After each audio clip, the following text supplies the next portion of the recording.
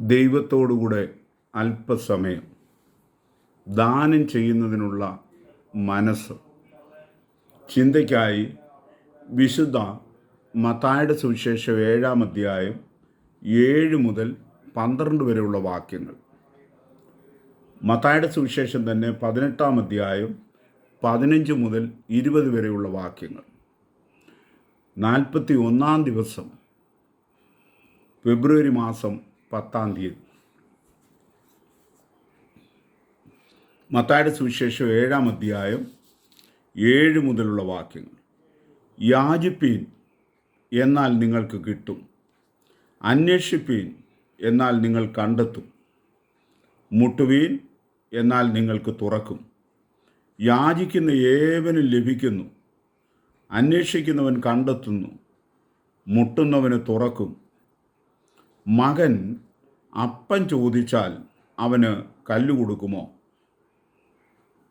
അങ്ങനെയുള്ള മനുഷ്യർ നിങ്ങളിൽ ആരുള്ളൂ? മീൻ ചോദിച്ചാൽ അവന് പാമ്പിനെ കൊടുക്കുമോ? അങ്ങനെ ദോഷികളായ നിങ്ങൾ നിങ്ങളുടെ മക്കൾക്ക് നല്ല ദാനങ്ങളെ കൊടുപ്പാൻ അറിയുന്നുവെങ്കിൽ സ്വർഗസ്ഥനായ നിങ്ങളുടെ പിതാവ് തന്നോട് യാചിക്കുന്നവർക്ക് നന്മ എത്രയധികം കൊടുക്കും. മനുഷ്യർ നിങ്ങൾക്ക് ചെയ്യണം എന്ന് നിങ്ങൾ ഇച്ഛിക്കുന്നതൊക്കെയും നിങ്ങൾക്ക് അവർക്കും ചെയ്യുവിൻ. ന്യായപ്രമാണവും പ്രവാചകന്മാരും ഇത് തന്നെ. മത്തായിയുടെ സുവിശേഷം 18-ാം അധ്യായം അതിൻ്റെ 15 മുതൽ 20 വരെയുള്ള വാക്യങ്ങൾ. മത്തായിയുടെ സുവിശേഷം 18-ാം അധ്യായം 15 മുതൽ 20 വരെ.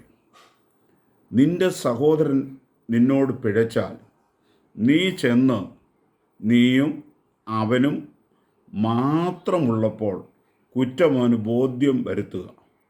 അവൻ നിന്റെ വാക്ക് കേട്ടാൽ നീ സഹോദരനെ നേടി. കേൾക്കാഞ്ഞാലോ 2-3 സാക്ഷികളുടെ വായാൽ സകല കാര്യം ഉറപ്പാകേണ്ടതിന് 1-2 പേരെ കൂട്ടിക്കൊണ്ട് ചെല്ലുക. അവരെ കൂട്ടാക്കാഞ്ഞാൽ സഭയോട് അറിയിക്കാം.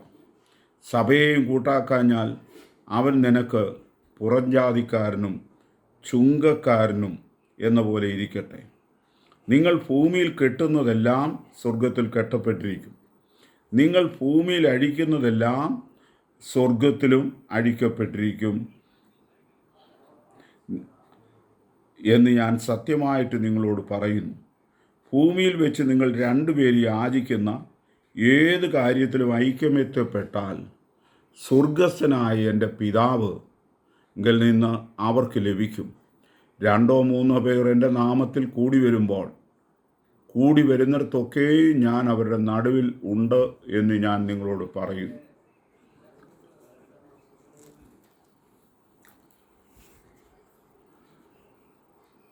മനുഷ്യർക്കു വേണ്ടി സകല നന്മകളും പ്രദാനം ചെയ്യുവാൻ സർവദാ സന്നദ്ധനായിരിക്കുന്നവനാണ് ദൈവം എന്ന് യേശു വിശ്വസിക്കുകയും ലോകത്തോട് പ്രഖ്യാപിക്കുകയും ചെയ്തു.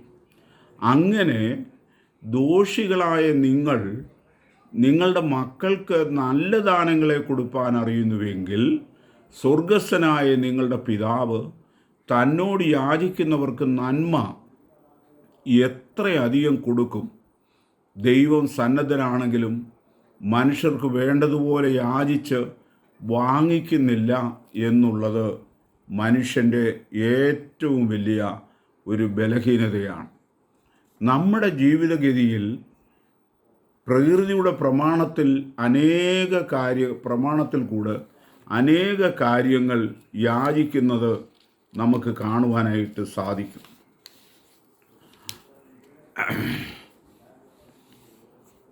ഭൂമിയുടെ ആകർഷണ ശക്തി അനവധി കാര്യങ്ങൾ മനുഷ്യന് വേണ്ടി ചെയ്യുന്നു. വിദ്യുത് ശക്തിയുടെ പ്രവർത്തനം സാധ്യമായി തീരേണ്ടതിന് അതിൻ്റെ ബട്ടണിൽ നാം ഞെക്കുകയും അതിൽ കൂടെ അതിൻ്റെ സഹായം അഭ്യർത്ഥിക്കുകയും ചെയ്യുന്നു. നമ്മുടെ ആഗ്രഹം പോലെ വിശ്വാസം പോലെ നാം അതിൻ്റെ സഹായം സ്വീകരിക്കുകയും ചെയ്യുന്നുണ്ട്.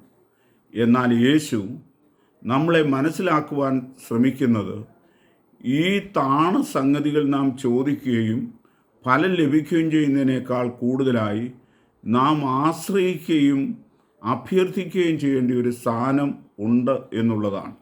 ഏത് പ്രകാരം വിദ്യുച്ഛക്തിയുടെ ബട്ടൺ ഞെക്കുമ്പോൾ പെട്ടെന്ന് ഫലമുണ്ടാകുന്നുവോ അതുപോലെ അത്രയും പെട്ടെന്ന് നിശ്ചയമായും സ്വാഭാവികമായും ലഭിക്കുന്ന ഒന്നാണ് ദൈവവിശ്വാസത്തോടുകൂടെയുള്ള നമ്മുടെ യാചന. ദൈവത്തോട് നാം യാചിക്കുന്ന തോതിനനുസരിച്ച് മാത്രമാണ് നമുക്ക് ആ ഫലവും ലഭിക്കുന്നതും. സാധാരണ കാര്യങ്ങൾക്ക് വേണ്ടി യാചിച്ചാൽ സാധാരണ സംഗതികൾ മാത്രമേ ലഭിക്കുകയുള്ളൂ. ദൈവത്തിൻ്റെ സ്വഭാവത്തിലുള്ള പരിപൂർണ വിശ്വാസത്തിൽ മലയോട് നീങ്ങിപ്പോകാൻ പറഞ്ഞാൽ അതും സംഭവിക്കുന്നതാണ്. ചോദിക്കുന്നവർക്ക് നൽകുവാൻ ദൈവം എപ്പോഴും സന്നദ്ധനും ആണ്, തയ്യാറുള്ളവനാണ്. പ്രാർത്ഥനയ്ക്ക് ചില വ്യവസ്ഥകളും യേശു പറയുന്നുണ്ട്.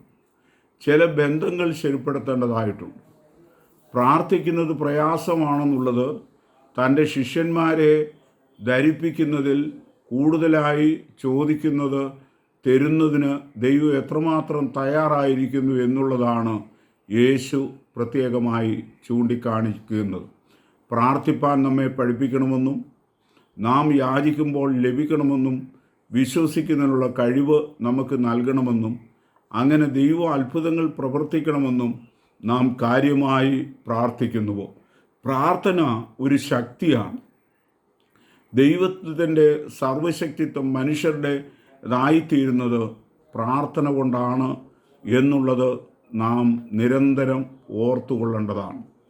ഇത്ര വലിയ ശക്തി ലഭിക്കുന്ന ഈ പ്രാർത്ഥനാ സ്വഭാവം നമുക്ക് വളരെ കുറവാണെന്നുള്ളത് നാം സമ്മതിച്ചേ മതിയാകും.